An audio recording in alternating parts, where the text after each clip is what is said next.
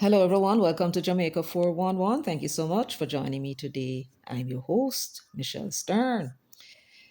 So, in the PAC meeting of March 31, 2026, to examine the findings of the Auditor General's report into the UHWI procurement activities. And there was something that I found very interesting pertaining to what may possibly be forged signatures. And we're going to be looking into that today. But before we do so, may I ask everyone, please, to give the video a thumbs up from now on? Go ahead, please, give the video a thumbs up. You've been doing very nicely, and I thank you, of course. And also, I would appreciate if you would share this video, subscribe if you have not yet done so, and leave your comments in the comments section. Of course, I thank you all for doing so. All right, so let's now get on with business. That's the question. So the CEO, again, we know you are new and acting, but would this use of the tax exempt status be something approved by the CEO at the time, the board?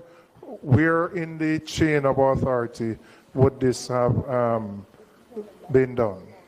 The authentication of the approval is something that is under investigation. The files have been sequestered, and therefore, Mr. Chair, in terms of ensuring that the accurate information is provided to you, I would want to wait to see the result of that investigation to make a statement as to who really approved, because that is being questioned. It is being questioned who actually approved it. Yes. Mr. Chairman, I'm not so sure that there is a question as to who approved. I have seen documentation to show the signature of one who would have that authority to approve. And that was the case in all four? Yes. Okay. No. In one case, I think at least one case, the person who signed the document had no such jurisdiction. In fact, he would have been separated from the university, I believe, some 2 years before that document was signed. So are you suggesting then that that could have been forgery of that person's signature? I would say, Mr. Chairman, that the signature appears to be that of the person who had left, who had the previous CEO, on one of the two documents. So there are two documents that would have been signed by the head of the entity. And one bear the signature of the former head, and one bear the signature, or appears to bear the signature of the current head. The authentication of those signatures is something that the police would have to do and determine whether, in fact, yes, this is the signature of the person. I'm not capable. I've never gotten any training in that area. All right. Thank you, Chairman. I want to kind of delve a little bit deeper in that. Can you name the company or companies that, when you mentioned about this particular document that was signed by someone who apparently had left the company, that was no longer the CEO, can you name the company or the companies for those particular documents?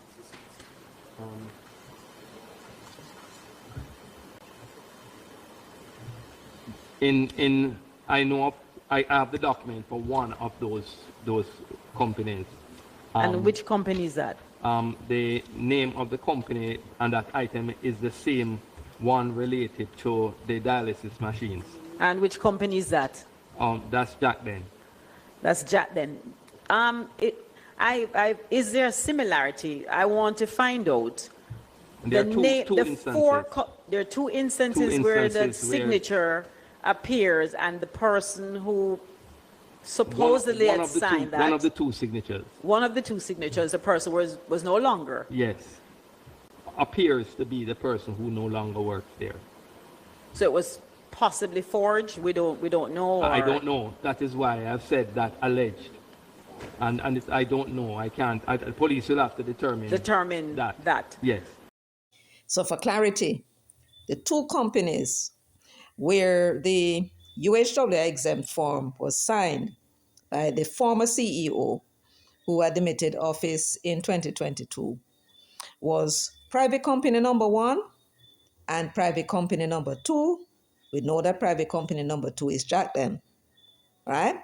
Those are the two instances. And in those two instances, the declaration, UHWI declaration letter, was undated. I want to make a note of that. So you would have heard the question that was asked by the chairman of the Public Accounts Committee, Julian Robinson. He asked, would this use of the tax exempt status be something approved by the CEO at the time, the board? Where in the chain of authority would this have been done?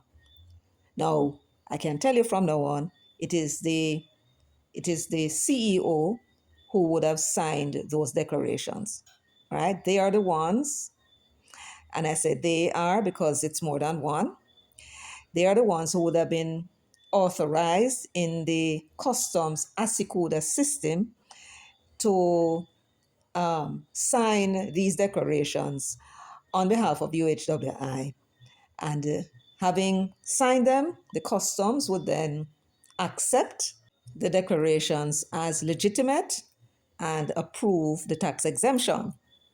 So that was the question. And it was Mr. Hosin who started the answering. And he more or less said that the matter of the approval, who approved it, is something that has to be authenticated, right? He said that the files have been sequestered. And therefore, Mr. Chairman, in terms of ensuring that accurate information is provided to you, I would want to wait to see the result of that investigation to make a statement as to who really approved, because that is being questioned. Now, he said that. When he said that, now, the permanent secretary jumped in. Mr. Chairman, I'm not so sure that there is a question as to who approved. So he's saying there that, I don't know about that. I don't know what Mr. Hosina talked about, right? Because as far as I'm concerned, I don't think there's any such question. And he went on to explain, I have seen documentation to show the signature of one who would have that authority to approve, which would be the CEO, right? And then Julian asked if it was in all 4 cases. And he said, no, in one case, the person who signed the document, listen to what he said, the person who signed the document. So he is there telling the PAC that he know as of a fact that it is that person who signed the document. That's why you use that kind of language. He said, in one case, the person who signed the document had no such jurisdiction. They had no such authority. Why? Because that person was separated from the university some 2 years before the document was signed. The language of the permanent secretary, right, that he knows of a fact, that is basically what he's saying, that the person who signed the document was no longer employed to the UHWI. That was what caused Mr. Hossein to jump in and make the correction. So the two gentlemen are in disagreement about the signature and who was authorized and the legitimacy of that signature. There was Mr. Hossein saying, I don't want to say no because as to who signed, it kind of iffy. We're not too sure, right? And then there is Mr. What's his name of the permanent secretary? He's saying, I don't know if there's any question about that. As far as I'm concerned, I saw the signature of somebody who signed one of the documents and him no longer there. Now, Mr. Hossein, as I said, was hasty, or should I say, Mr. Hossein hasty to remind the PAC, and I repeat, the signatures appears. The signature appears. He emphasized that, right? To be that of the person who was the previous CEO, right? And this is what Mr. Hosin said. He hastened to say too. The signature appears, he emphasized that appears to be that of the person who had left, who was the previous CEO, on one of the two documents. So there are two documents, he said, that would have been signed by the head of the entity. And one bears the signature of the former head, and one bears the signature or appears to bear the signature of the current head. Now, which document was he speaking about? Let us check. Which document was he speaking about? Let us check. Now, I did some little notification. I do beg your pardon. If you hear me turning pages. So, one document was signed by the former CEO and one signed by the current CEO. And in that case, you're talking about private company number 2. Because in the case of private company number 1, when the former CEO signed that customs declaration for the exempt, because in the case of the private company number 1, where the former CEO had signed the UHWI duty-free exempt form, it is listed that he also signed the C-84. But in the case of Jack then, the CEO that was current, he signed, and the UA declaration form that was signed by the former CEO. So that is the one I'm talking about. That is the one whose document he came armed to the PAC with, and because customs had completed their investigation where that one is concerned. So there we go. Now let us see what else he had said. So he went on to say, the authentication of those signatures is something that the police will have to do and determine. In other words, there is a permanent secretary telling you that me see the document, and as far as me concerned, the former head signed it, right? So that's his opinion. There is the Mr. Hosin saying, me can't make them a statement like you, permanent secretary, is more or less what he was saying, because I was not trained in fingerprint analysis. So that was the two men quietly under the quiet, going at each other without seeming to do so.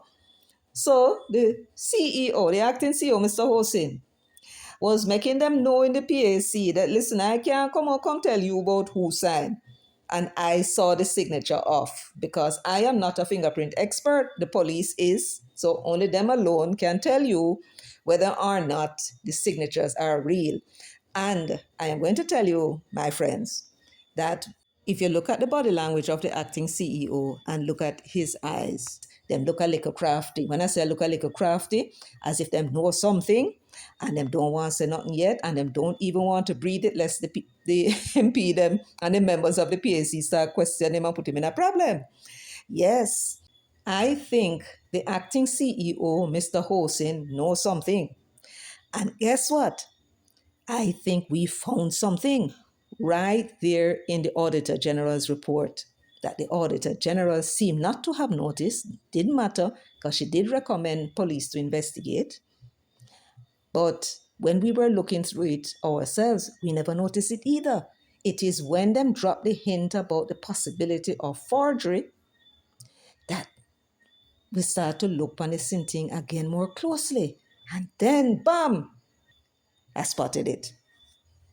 Now, you might remember that when we first did the video on this University Hospital of the West Indies scandal, we were wondering, like the Auditor General, how this business go with the former CEO signature upon the declaration form, the customs declaration to grant duty-free status to them companies. How come him signature reached on the form? And we couldn't figure it out. We were saying, well, maybe in the system, the ASICODA system, the custom system where them set up, Maybe in the system it allow for electronic signature, or maybe what them did was to upload a PDF form with the signatures them on it, and the customs broker just every time there is a declaration or anything to be cleared, him just use the form that is on the system. Well, I have news for you guys because I found out exactly how the system work. So, and I am talking about the system from the UHWI's end. Now, in order for me to explain all of that to you, we have to go and ask ourselves this question. How does the Jamaica Customs Asikuda system works? Are customs documents physically uploaded to the Asikuda system, or do brokers input information on Asikuda and submit for processing? So we need to find out now how the system actually works when it comes to signatures. And for that, the reason why we're asking whether the customs documents are physically uploaded, because we want to find out if what they do is print the document off of the system, make the CEO sign the C84 and the customs entry, and then upload it back to the system. That's what we wanted to know. Well, here is the response. Asikuda World in Jamaica is a web-based, paperless system where brokers input data directly into the system. Upload supporting documents such as invoices, permits, bill lading, and submit them electronically for processing. So what is it saying? You have a system that is called Asikuda, that's a custom system. The broker is going to get into his hand the bill lading, the commercial invoice or the invoice that the foreign supplier sends to the company here or UHWI, and there also any permits. So if there are any permits needed, in this case, you would have the duty-free status of the UHWI that would be input as well, upload to the system in order for the goods to be cleared. That's basically it.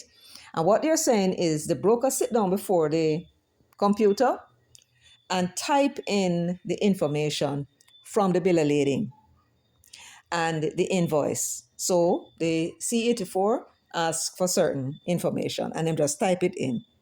And then now they must scan and upload the supporting documents, which is going to support what it is that they put on the C84. You follow? Which, as I said before, is the invoice, any permits, the bill of lading, and any documents at all. That is what they upload. And then further explain to us now why they set up this BOSI system. It is a paperless processing system which enables the clearance process without requiring paper documents to be physically moved, creating a more efficient, transparent process. But that is information that's interesting, but it doesn't tell us what we want to know. So we have to ask more questions.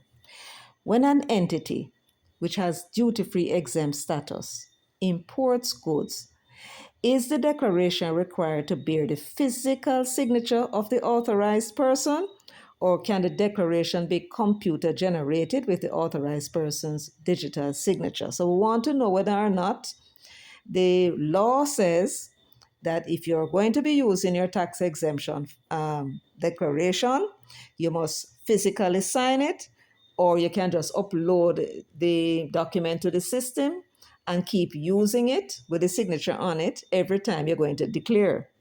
Or is there a document that is generated on the Asikuda system where all the CEO has to go in and do is use his credentials and digitally sign the document? So that's basically what we wanted to know. It says, and notice that we haven't asked anything about UHWI here. We just want to know what the law is. It says for entities with duty-free exempt status, the electronic single administrative document, which is called ESAD, submitted via Asikuda World, does not require a physical handwritten signature. Instead, the information that the broker input into the Asikuda system is validated and signed electronically through the authorized person's secure system credentials. And who is the authorized person? The CEO. So Evidently, what is happening is that once the broker uploads information, he then informs the CEO that his signature is required. The CEO would then use his access code, go in and sign electronically by typing in your name, I suppose, and then click submit, and then it goes through. So here we are now, finally. We're getting down to the nitty gritty, and we ask the critical question: which does the UHWI require for their declarations? Declarations, meaning the C84, and the tax exempt status declaration letter. Physical signatures or electronically signed signature of the authorized person. Secure system credentials. Now you might say to yourself, then when Michelle take me all the way around the world just to come and ask me this a question. She not could have asked that the question from before. I could, but guess what? Do not make the assumption and believe that because the law say this is how something's supposed to go, that it means that it's supposed to go so for everybody. It is possible that they could have one law for Dick and another law for Harry.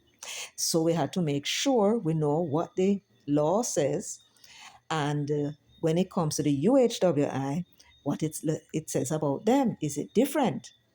You follow? Yes, man. So we have to do this thing thoroughly because we want to make sure, in as much as we are able to, tell you how this thing really go. So let us now get on with it. When it comes to the University Hospital of the West Indies, they too utilize the Asikuda World system for them imports.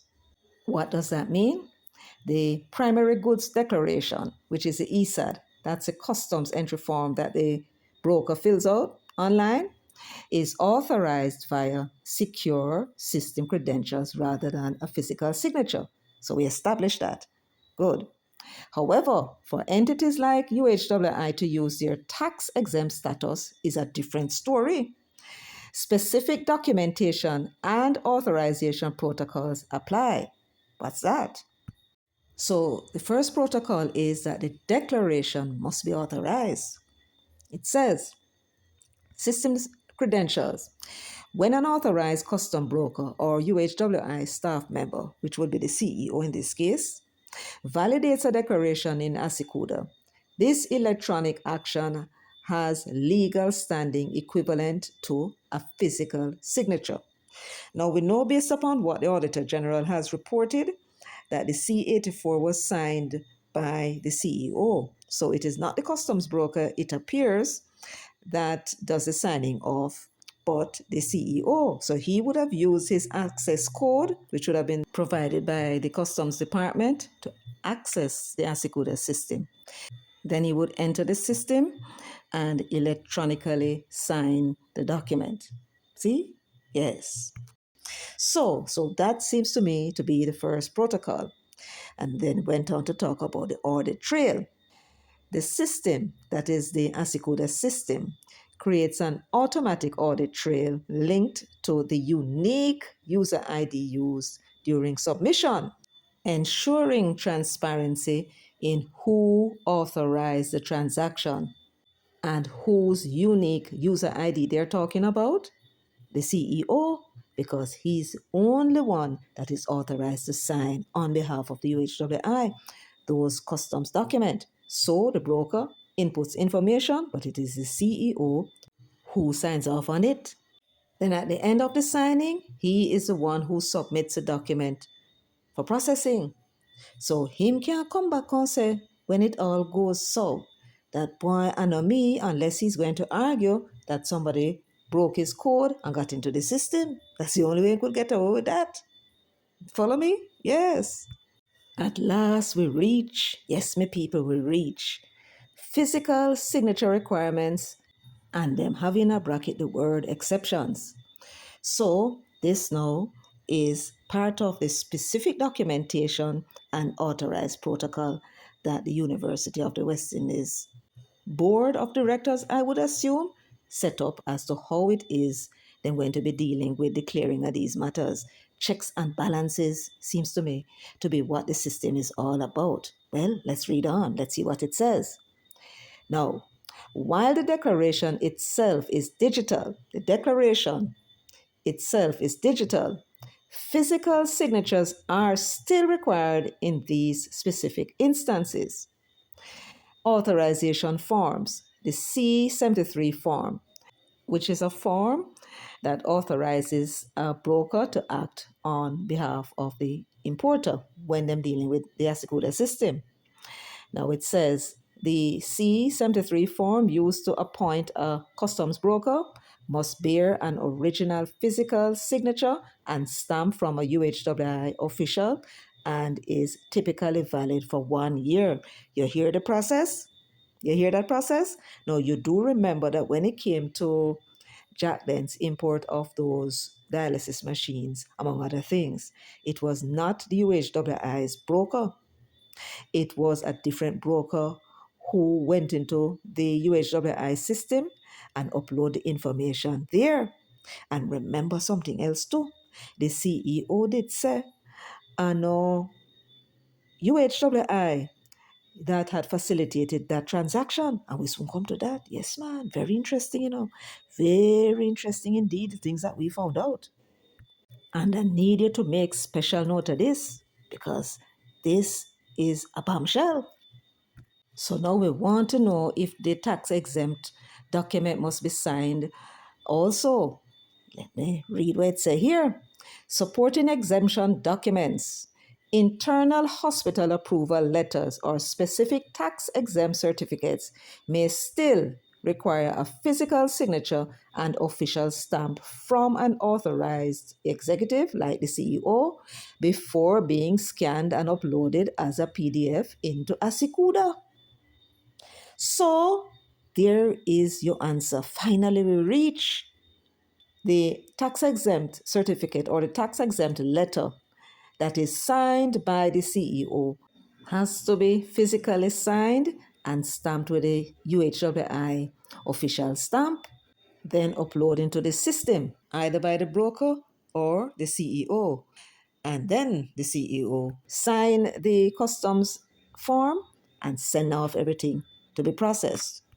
And that was what the permanent secretary said. He had seen the document, right, that was signed by the former CEO who no longer works there. And of course, Mr. Hossein was here to say, member, we don't know for sure if a film signature. All right. So now that we know that there has to be a physical signature where you write with your pen upon the tax exempt letter, the declaration letter. Now we know, say Asoiko. Let us now turn our attention to the Auditor General's report and make we see if we discover anything important in it. And I tell you, you're going to be very surprised. So let me quickly remind everybody. Is 4 companies the Auditor General mentioned. Private company number 1, 2, 3, and 4.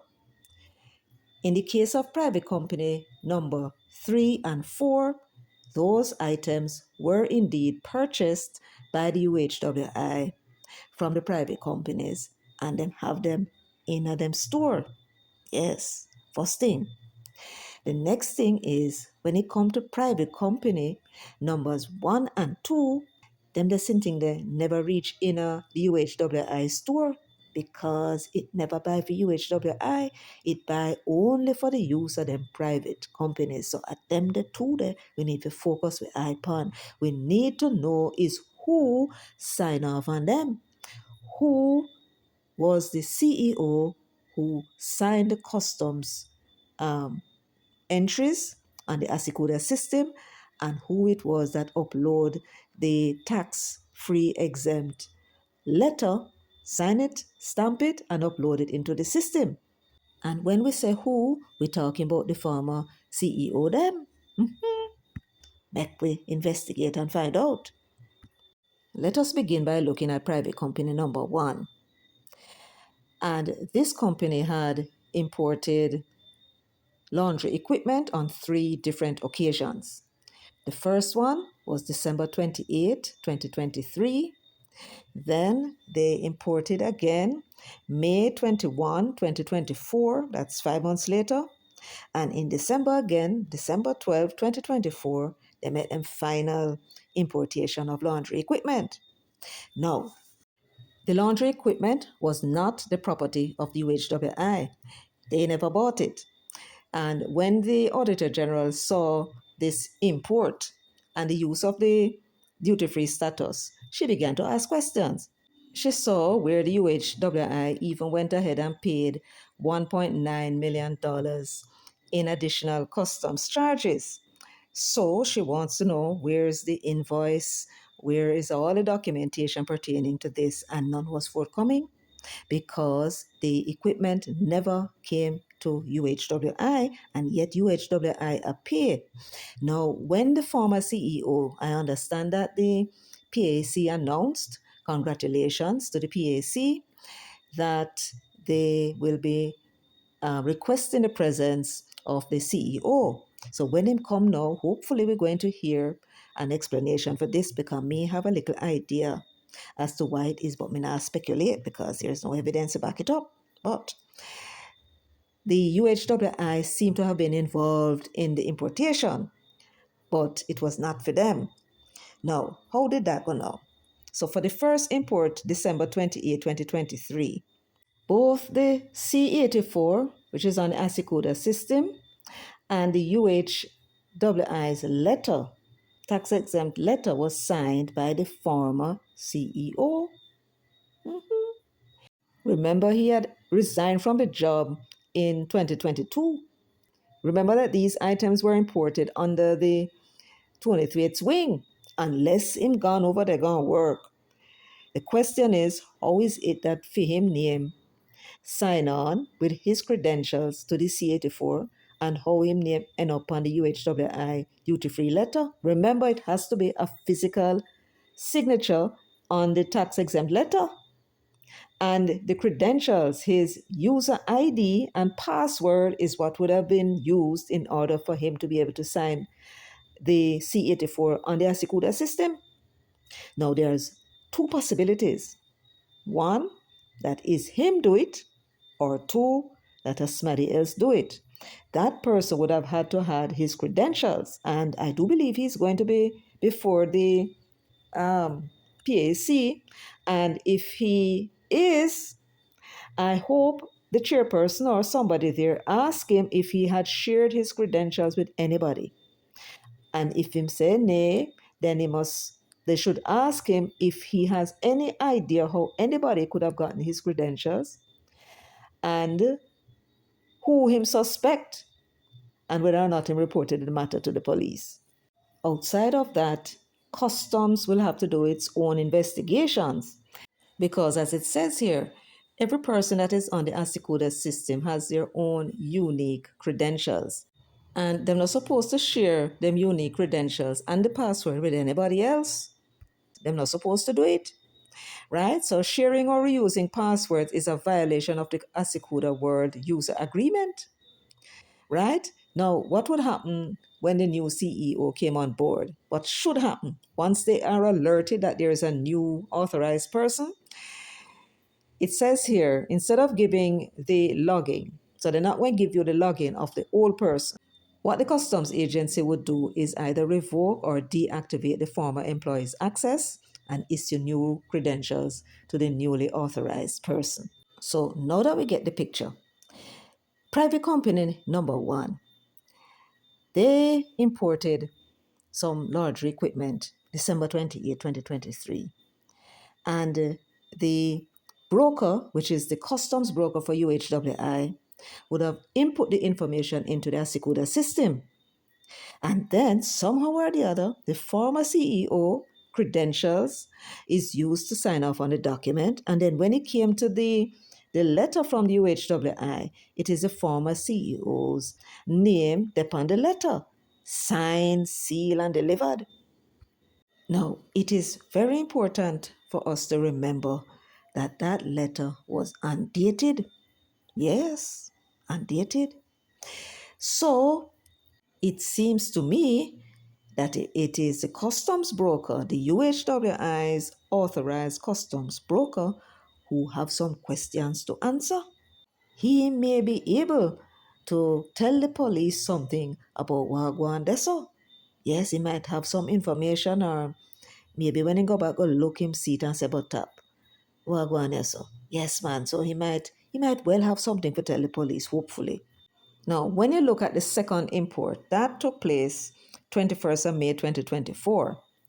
And the C-84 was signed by the current CEO.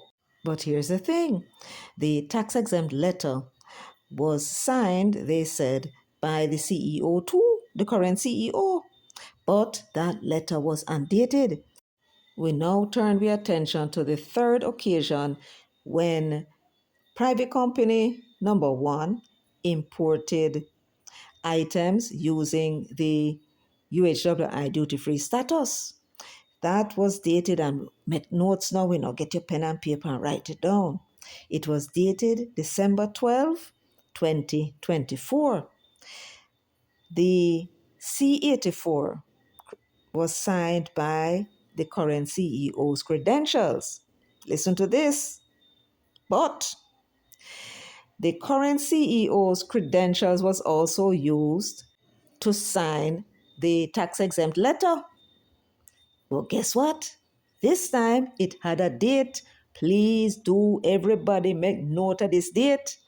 June 27, 2024. Don't forget, June 27, 2024, because we're going to see that date again.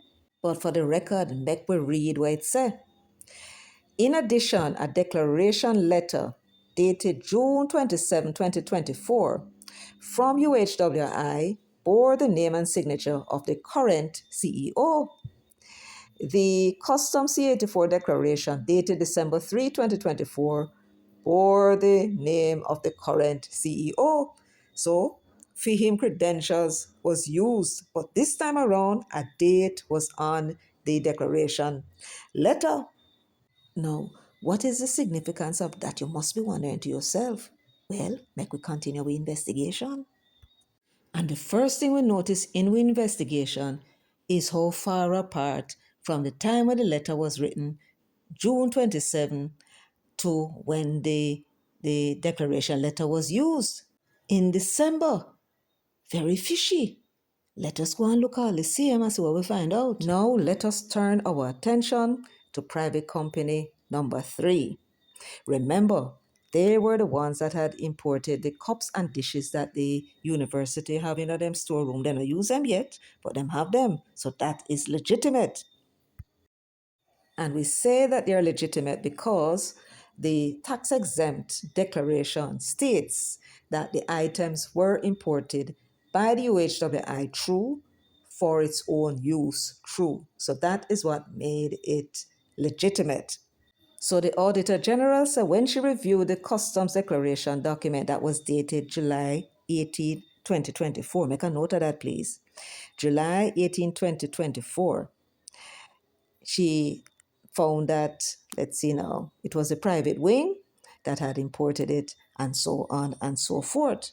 But we are going to jump ahead and we are going to go to where it says, however, the same C-84 reflected the name and signature of the UHWI CEO. This is the current CEO, right?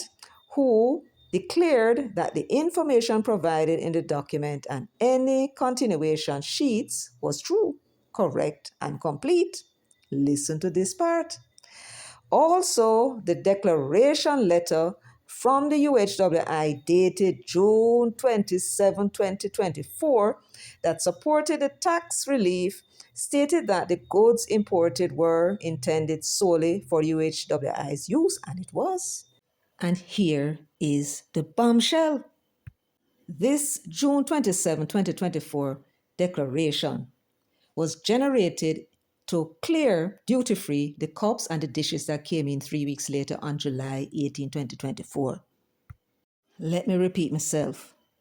The letter that the current CEO had signed June 27, 2024, it was generated to bring in those cups and dishes that the UHWI had bought from private company number 3, duty-free. And yet 6 months later, that same letter was uploaded again to the Asikuda system to falsely claim that the laundry equipment was being imported by the UHWI for its own use so that the owners, private company number one, could benefit from duty-free status that it was not entitled to. So now we ask the big question. Who was it that had access to that letter? Who uploaded that letter to the Asikuda website? Who did that? That's for the police to find out, for sure. Somebody, somewhere, went and used the same tax exempt letter that the current CEO had signed for the importation, legitimate importation of the cups and dishes, and used the same letter to clear the laundry equipment that was not for the University Hospital of the West Indies. Who the hell could have done that? Remember now, we know the tax exempt form is physically signed by the CEO, and then it was scanned into the system. So somewhere inside of the UHWI's filing system would have been a copy, the original copy of that declaration. Somebody somewhere got hold of it, upload it back into the system, and bam, private company number one have them shipment clear, duty free. So when it comes to private company number one, what do we have? When we look at the tax exempt letters, the first one, December 28, 2023, was an undated letter allegedly signed by the former CEO. The second shipment, May 21, 2024, was also an undated letter, this time allegedly signed by the current CEO. The third shipment in December 12 of 2024 was a dated letter this time around that was signed by the current CEO. I do believe that that letter is legitimate because it was used 5 months before to clear the cups and dishes that came in for UHWI. So it would appear as though they used a legitimate document to make a false declaration at the wharf in order to evade paying the taxes on the items which was due. So what I'm saying? We now turn to private company number two, which we now know is Jacqueline. And in their case, something strange indeed happened. It was not the usual customs broker that the UHWI contracted to do the clearance who did that clearance. It was a different broker. The police will have to investigate to find out where that broker come from and who gave him the credentials to go in at the UHWI Asikuda system and do any transaction at all on their behalf. But hear this. The customs declaration form was alleged to have been signed by the current CEO February 1, 2024. But the tax exempt letter was alleged to have been signed by the former CEO, and that letter was also undated. When the Auditor General asked the CEO about it, this was what he said. Now we're reading from 1.2.3. You see that blue line? Yes, above that is where we're starting, where it says, although. It says, although the current CEO's name and signature appeared on both the bill of lading and the C-84 document, the CEO denied that the UHWI facilitated the import. Now remember what it said that they look fishy? He named upon the document and still him a deny. And we came to the conclusion at the time that it looked like him had to deny because the dialysis machine was in direct competition with the service that the UHWI had, and he is the officer with fiduciary duty to the UHWI.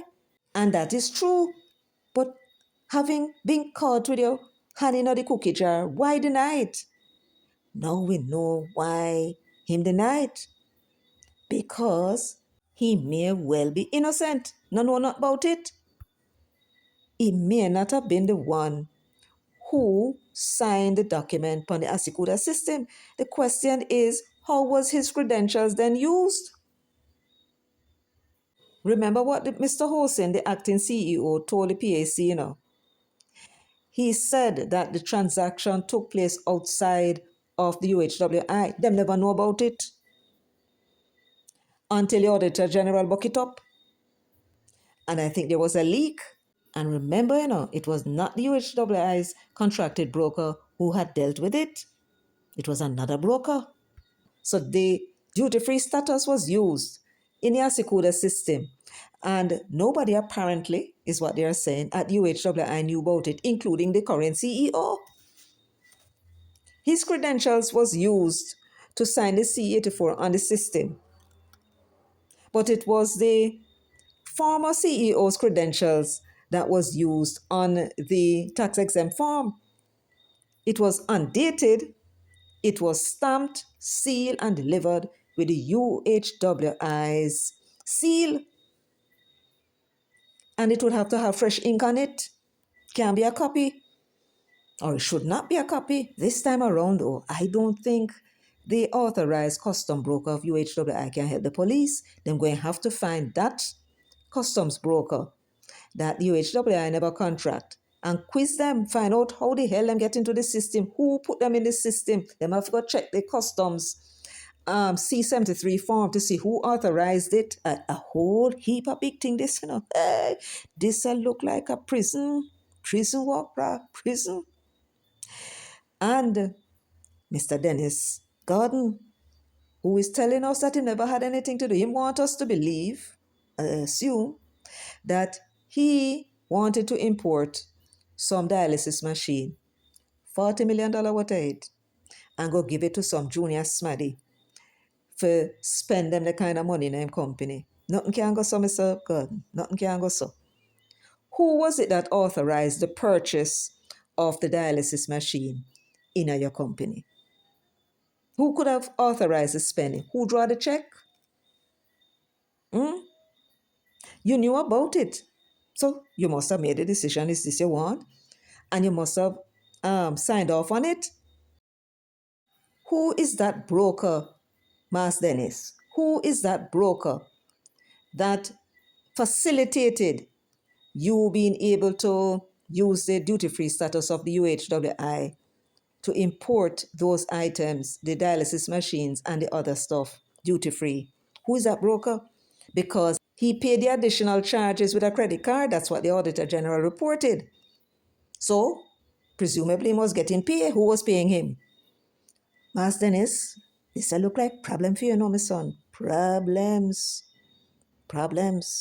Because when the police find a customs broker, they're going to have to explain where and how the former CEO signature end up on the UHWI's tax exemption letter, an undated letter. So the customs going to have to draw down upon that letter and look if it was really undated or it was indeed a dated letter, but Smaddy took out the date from out of it skillfully. Yes, it would be interesting to find out what happened with this case here. For police involved, all 4 cases, the acting CEO said is being investigated by the constabulary force. So we wait to hear the outcome. But this is a bombshell. Bombshell and no mean order.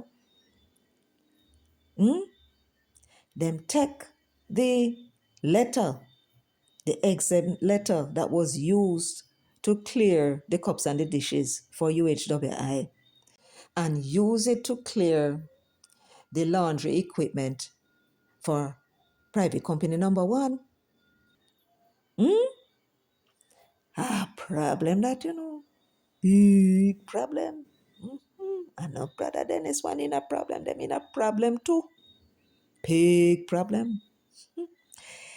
Anyway, folks, that is what I have for you today.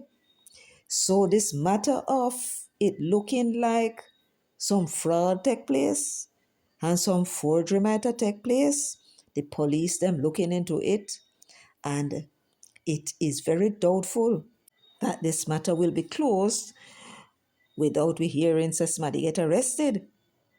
And I put my money on the customs broker. Matter of fact, my money is firmly on the 2 customs brokers. I have a feeling that they may have some information that will help the police to solve this matter. And I believe the police might be looking in their direction to help them out to solve the case. And somebody else in the UHWI might know about it too. Somebody either in the area where they keep the files, if the declaration letters are kept there, or wherever it is in the UHWI that the declaration letters, the old one them are kept, somebody have access to them. So the police had them work cut out to them, but this looked to me like a very easy case for you all say. All right. Well, put in the comment section and make we see how it go. All right. So let me thank you all for joining me today, for sharing, for liking, for subscribing, and leaving your comments in the comments section. Until next time, take very good care of yourselves and walk good. Are the 4 companies, do they have anything to do with the University of the West Indies Hospital? We know that Jack Den provides janitorial services to the University of the West Indies. Are the other companies that were named in this, the other 3 companies, do they have any direct employment contract with the University of the West Indies? Only one, Supreme Laundry. And we have done business with Scientific Medical because we buy things from them, and Wilman Sales also.